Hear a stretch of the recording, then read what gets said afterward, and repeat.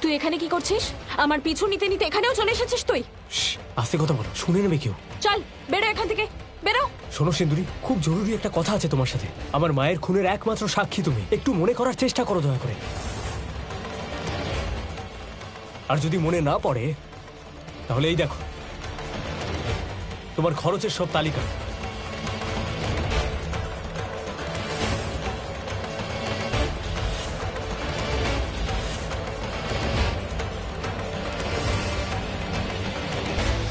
গত 8 মাস ধরে হাসপাতালের সমস্ত খরচা আমি দিচ্ছি। কেন? কারণ আমার মায়ের খুনিদের তুমি চেনো, আর আমি চাই যে ওরা শাস্তি পাক। So please help me. কে এই ছেলেটা যে সিন্দুরির সাথে কথা বলছে? যাক, ভালো হয়েছে। কেউ তো এমন আছে যে সিন্দুরিকে চেনে।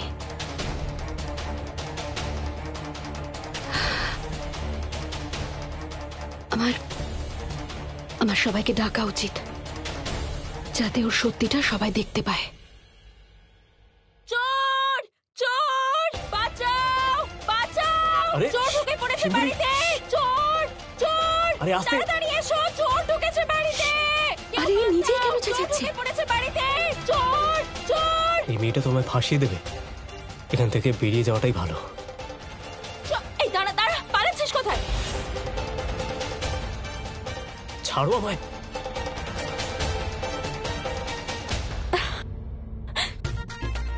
আমার পিছু নিয়েছিল, বোকা কোথাকার।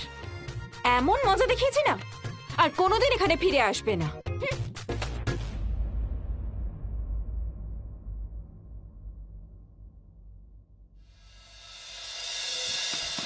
শুনুন, দেখুন, আমার কথাটা শুনুন। আমি আপনাকে ভুল বুঝছি না। আমি শুধু এইটুকুই জানতে চাইছি যে আপনি কে, আর আমাদের বাড়িতে কি করছেন।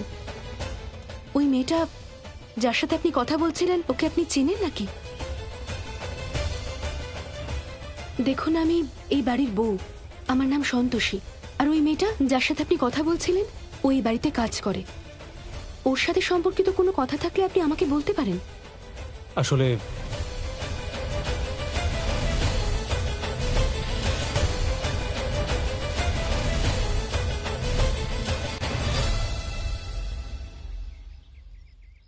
আমার মায়ের খুনের একমাত্র সাক্ষী হলো ও। আর গত 8 মাস ধরে ও কোমায় ছিল। তাহলে এই হলো সিন্দুরির গল্প। কিন্তু আপনি জানেন ওর কিচ্ছু মনে নেই, ওর স্মৃতিশক্তি চলে গেছে। হ্যাঁ জানি আমি, ডক্টর আমায় বলেছিলেন। কিন্তু সিন্দুরির স্মৃতিশক্তি ফেরাটা খুব দরকার, না হলে আমার মায়ের অপরাধীরা কোনোদিনও শাস্তি পাবে না। আপনি আমাকে সাহায্য করবেন প্লিজ? ওনাকে সাহায্য করলে হয়তো আমার সমস্যাটাও দূর হতে পারে। আপনি প্লিজ বলুন না আমাকে, আপনি করবেন তো আমার সাহায্য? হ্যাঁ। Thank you so much. আপনার এই উপকার আমি কোনোদিন ভুলবো না। একটা কাজ করুন, আপনি আপাতত আপনার নাম্বারটা আমায় দিয়ে যান, আমি আপনার সাথে ফোনে কথা বলবো। ঠিক আছে, 1 মিনিট। এই নিন আমার কার্ড। আমার মনে হয় আপনার এখানে বেশিক্ষণ থাকাটা ঠিক হবে না, কেউ দেখলে সমস্যা হতে পারে। আমি আপনাকে ফোন করছি। হ্যাঁ, থ্যাংক ইউ।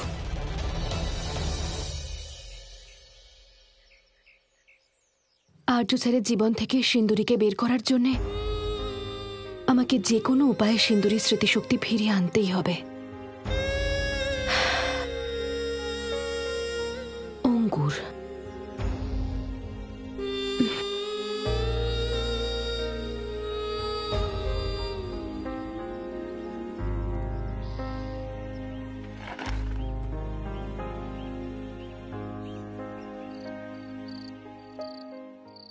আচ্ছা, তাহলে এটাই হলো সিন্দুরির গল্প। কিন্তু ওই যে লোকটা এটা বলল, সে কোনো গল্প বানাচ্ছিল না তো? না কাকা, আমার মনে হয় না ছেলেটা মিথ্যে কথা বলছিল, কারণ আমি দেখেছিলাম যে ও সিন্দুরিকে হসপিটালের বিল দেখাচ্ছিল। এই কথাটা আর্যকে বলে দেওয়া উচিত। না কাকা, এখনো বলিনি। আমি প্রথমে এটাই ভেবেছিলাম যে আর্য স্যারকে সব কথা বলে দেব, কিন্তু তারপর আমার মনে হলো আর্য স্যারের মনে হবে যে নাগ পঞ্চমীর দিন পরীক্ষা দেবার ভয়ে আমি ওনাকে এসব কথা বলছি। উনি মানবেন না আমার কথা। ঠিকই বলেছ তুমি। বুঝতে পারছি না যে কি করব। এত সমস্যা শেষই হচ্ছে না। তুমি যে কাজটা করেছো সেটা মধু ম্যাম সিসিটিভি ক্যামেরায় দেখে ফেলেছেন। সেই কারণে উনি তোমার উপর প্রচন্ড রেগে আছেন। ভুল হয়ে গেছে, আমাকে ক্ষমা করে দিন। আরে আমার কাছে ক্ষমা চেয়ে কি হবে? হ্যাঁ, চলো গিয়ে মধু ম্যামের কাছে ক্ষমা চাও। চলো এবার, চলো। তুমি যে কাজটা করেছো সেটা মধু ম্যাম সিসিটিভি ক্যামেরায় দেখে ফেলেছেন। মা, একটা কথা বলি, কিছু মনে করো না। মা, আমি কি করে এটা ভুলে গেলাম যে বাড়িতে সিসিটিভি লাগানো আছে? সিসিটিভি তো আছে, কিন্তু সেটা দিয়ে কি হবে? যেভাবে আমি তোমাকে ওই ভিডিও দেখিয়েছিলাম যেখানে তুমি ডান্স করছিলে, সেভাবেই যা যা কাজ তুমি করেছো সেটা সিসিটিভিতে দেখে নিতে পারো। আর তার থেকে আমরা এটাও জানতে পেরে যাবো যে নাগ পঞ্চমীর দিন কি হতে চলেছে। আরে এটা তো খুব সহজ। এটা তো খুব সহজ ব্যাপার। তাহলে দেরি কিসের? দেখে নি আমরা। না মা, একটা সমস্যা আছে। কি সমস্যা? সমস্যা হলো যে সিসিটিভিতে যেটা রেকর্ড আছে সেটা মধুর ল্যাপটপে আছে, আর ও সেটা আমাদের দেখতে দেবে না। আর ও যখন বাইরে যায় তখন ওই ল্যাপটপটা আলমারিতে তালা বন্ধ করে রেখে যায় মা। তাহলে তো কিচ্ছু সম্ভব নয়। এই কাজ করা তো খুব মুশকিল কাকা। মধু ম্যাডাম চাবিটা খুব সাবধানে রাখেন। দেখো, ও নিজে আসল চাবিটা সামলে রাখে, কিন্তু যেটা ডুপ্লিকেট চাবি সেটা ওর ঘরের কোথাও একটা থাকে। আর মা, আমরা ওই ডুপ্লিকেট চাবিটা পেয়ে গেলে আমাদের কাজ হয়ে যাবে। তাহলে ধরে নাও কাজ হয়ে গেছে, কারণ ওই শয়তান মেয়েটার হাত থেকে আমার স্বামীকে বাঁচাতে আমি সবকিছু করতে রাজি আছি। তাহলে মা, আজ সবাই যখন শুয়ে পড়বে তখন আমরা আমাদের পরিকল্পনা করব, আর কাল সেটা সফল করব।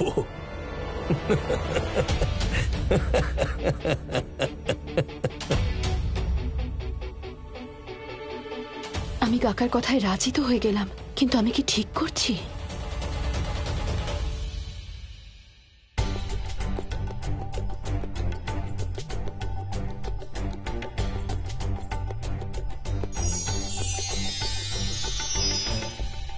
প্রণাম দেবী।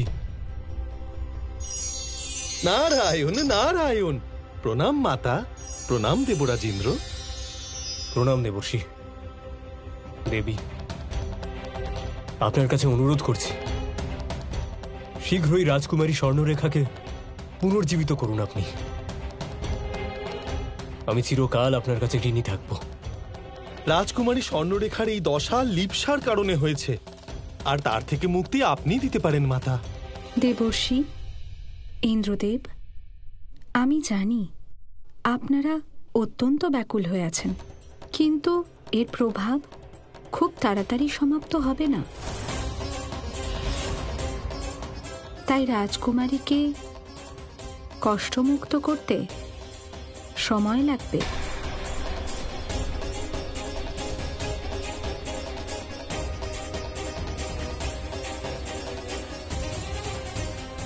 কিন্তু আপনি ব্যাকুল হবেন না। আমি মন্ত্রোচ্চারণ শুরু করছি।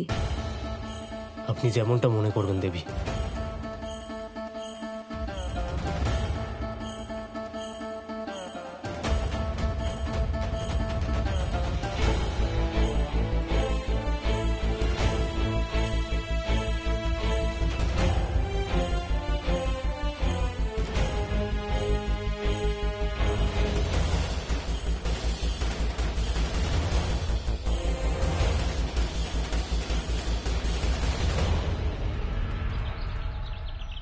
সিন্দুরি, সিন্দুরি, হ্যাঁ ম্যাডাম।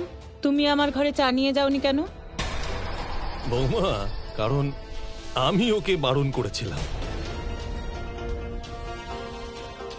কিন্তু কেন বাবা? আজ আমার খুব ইচ্ছা হলো যে তুমি আমাদের সাথে চা খাও। দেখো বৌমা, আমি ভাবলাম যে ঝগড়াঝাটি তো অনেক হয়েছে, এবার আমাদের একে অপরের সাথে সদ্ভাব রেখে নিজেদের মনোমালিন্য দূরে করে একটা নতুন ভাবে শুরু করা উচিত। আরে বাহ, আজ সূর্য পশ্চিমে কি করে উঠল যে আপনি আমাকে আপনার সাথে চা খাওয়ার কথা বলছেন?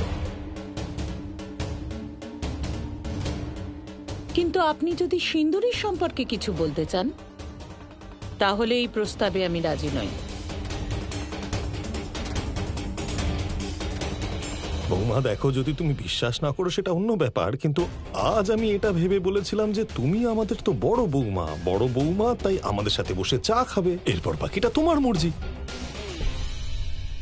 ঠিক আছে, হয়তো গরম গরম মিষ্টি চা খেলে আমাদের সম্পর্কের তিক্ততা দূর হবে। এবারে তো আমি আপনার সাথে চা খাবই।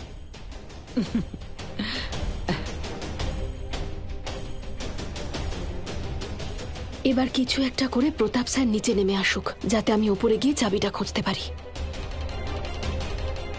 আমি জানি যে তুমি সকালের চা প্রতাপের সাথে খাও।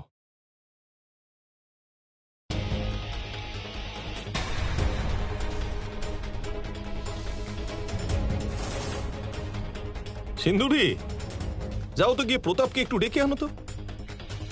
দাঁড়াও সিন্দুরি,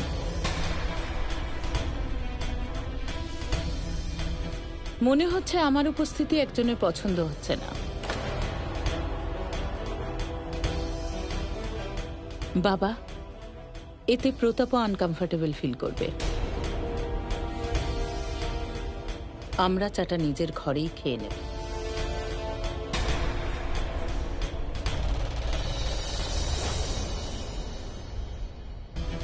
মনে হচ্ছে আমার উপস্থিতি একজনের পছন্দ হচ্ছে না। বাবা, এতে প্রতাপও আনকমফোর্টেবল ফিল করবে। আমরা চাটা নিজের ঘরেই খেয়ে নেব।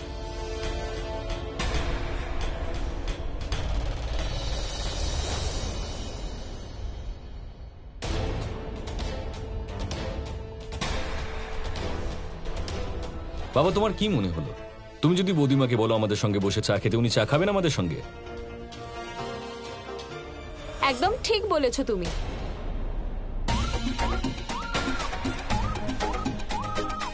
আরে তুমি দাঁড়িয়ে দাঁড়িয়ে দাঁত বের করে হাসছো কেন? যাও বাজারে যাও। আমার কাজ রান্না করা, সবজি কিনে আনা নয়। কাকা তো বললেন আনাজটা কিনে আনো, আর তাছাড়া আমাদের বাড়িতে যে রান্না করে সেই আনাজ কিনে আনে। কিন্তু আমি আনতে পারবো না। এই শোনো, বাজারে যাও আর আনাজ কিনে আনো প্লিজ। তুমি বললে বলে তাই আমি যাচ্ছি।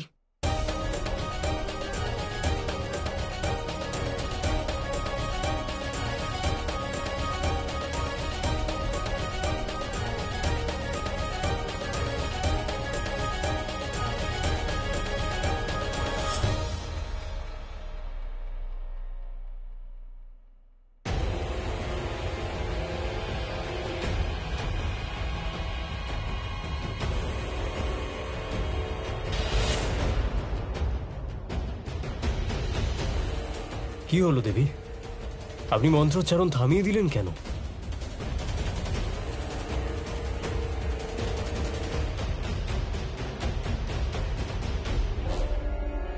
দেবরাজ ইন্দ্র, এই অনুষ্ঠান ততক্ষণ অবধি পূর্ণ হবে না যতক্ষণ না সোনা বাঁধানো সেই বিশেষ কুণ্ডে যজ্ঞ করা হচ্ছে, যা দেবলোকের ভাণ্ডারে আদিকাল থেকে রাখা আছে। কোনো ব্যাপার নয় দেবী, আমি এই কুণ্ড আপনার সামনেই এই মুহূর্তে প্রস্তুত করছি।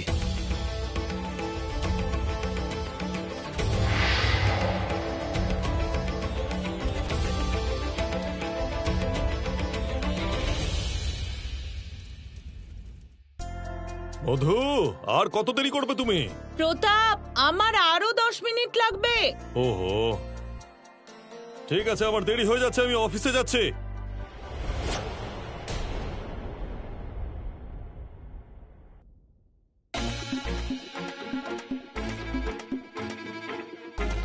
দেখো মাত্র 10 মিনিট আছে। তুমি এদিকটা দেখো, আমি ওদিকটা দেখছি।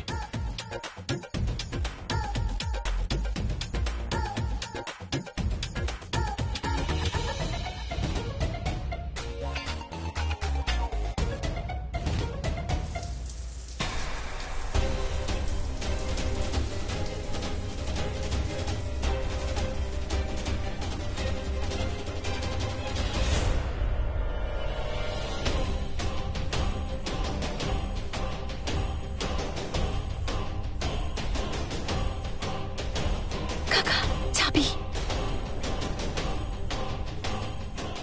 আরে মা, এটা তো ভুল চাবি। ও যদি খোঁজে আর না পায় তাহলে কিন্তু আমাদের সন্দেহ করবে। তুমি রেখে দাও ওখানে, যাও।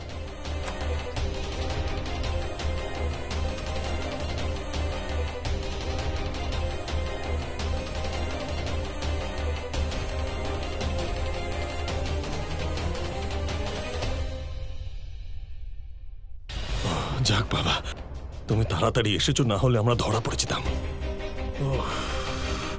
এবার চলো, অন্য কিছু ভাবতে হবে। চলো।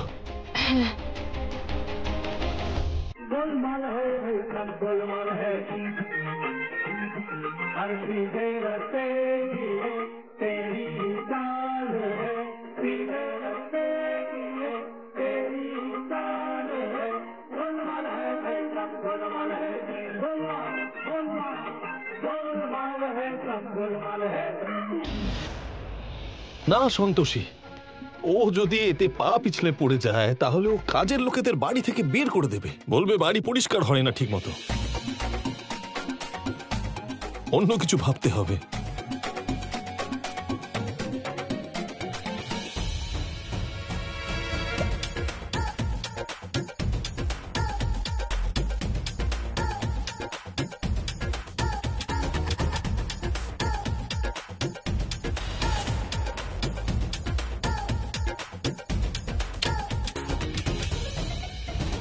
যদি মধু ম্যাডাম তেলে স্লিপ করে পড়ে যান তাহলে সবাই ভাববে আমি আর তুমি করেছি, কারণ বাড়িতে আমরা দুজনই আছি।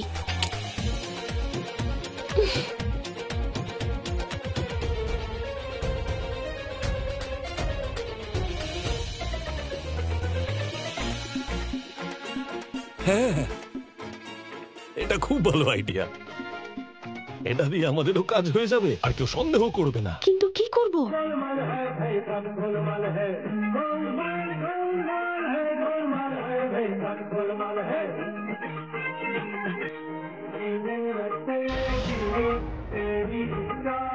আমি একবার চেক করে দেখি।